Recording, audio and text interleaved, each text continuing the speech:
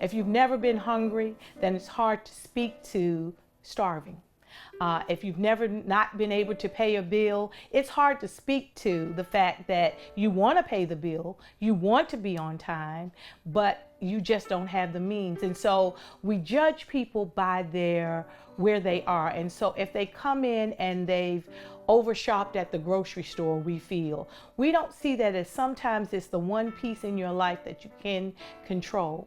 And so we drink Pepsis or eat chocolate or those type things, or we can't buy the fresh fruit because that's not in our income. So we're only as strong as our weakest link. And these are people, I tell people all the time, I am providing a service, a ministry, a mission for people who are going to take care of me, because in 18 years, these 2-year-olds will be 20 years old.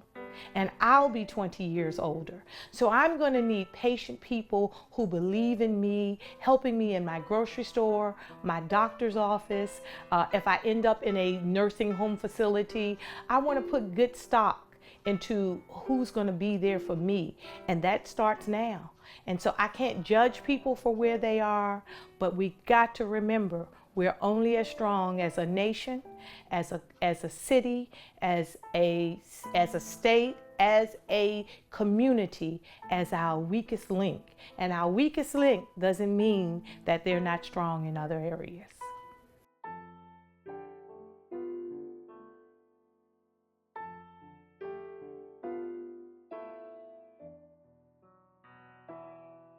Each child would have an opportunity to display their skills and get feedback on their skills in that lesson. Maybe it's early literacy and vocabulary, or it might be math and something like counting or computation. So that would be the rhythm of activity that you'd see over the course of the day. Periods of a little more structure, periods of a little less structure, lots of activity, lots of positive emotions being expressed. And the other thing you would see would be when children, and these are 4-year-olds, so 4-year-olds don't pay attention all the time.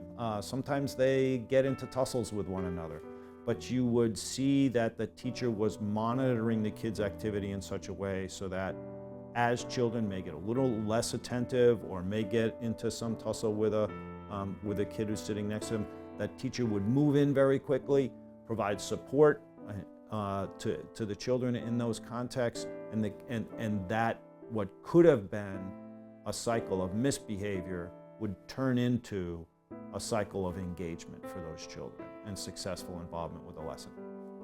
My way of thinking, that's a high quality educational experience for young children.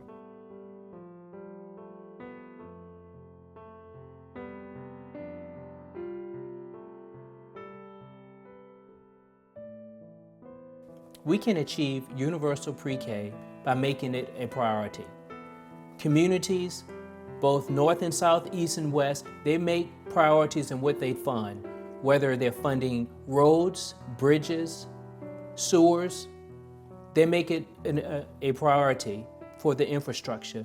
I believe that we need to make children pre-K education, consider it an infrastructure for the future of our community. Why do you think it's not something that we offer today? I think that it's not offered on a universal basis now in our community, not only here in Charlottesville, but everywhere. It's because people want to see immediate results. When you fund in pre-K education, you may not see those results completely for another 20, 30 years down the road.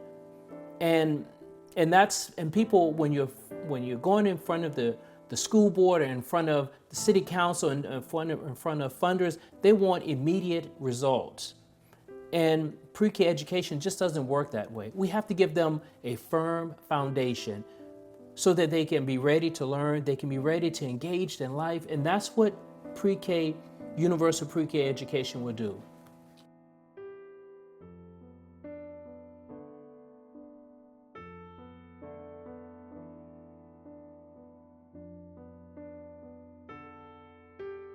Tendría que buscar acudir a escuelas públicas para poderles dar la educación, pero en mis posibilidades económicas no estaría para podérselas dar.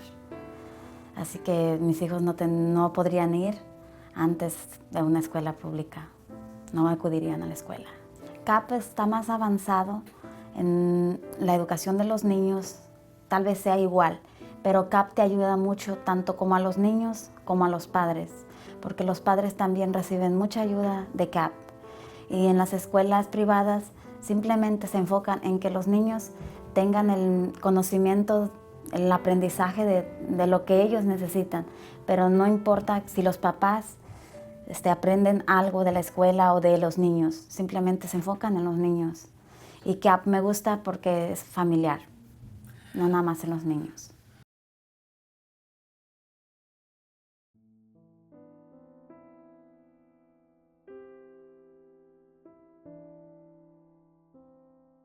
So one of the things that we decided many years ago is to really try to bring people together who shared a vision around the kinds of importance that we all attach to supporting and nurturing children's development, and saying that we as a delivery system were going to need to own that we had to operate as a system to be able to make sure that the results for kids were good.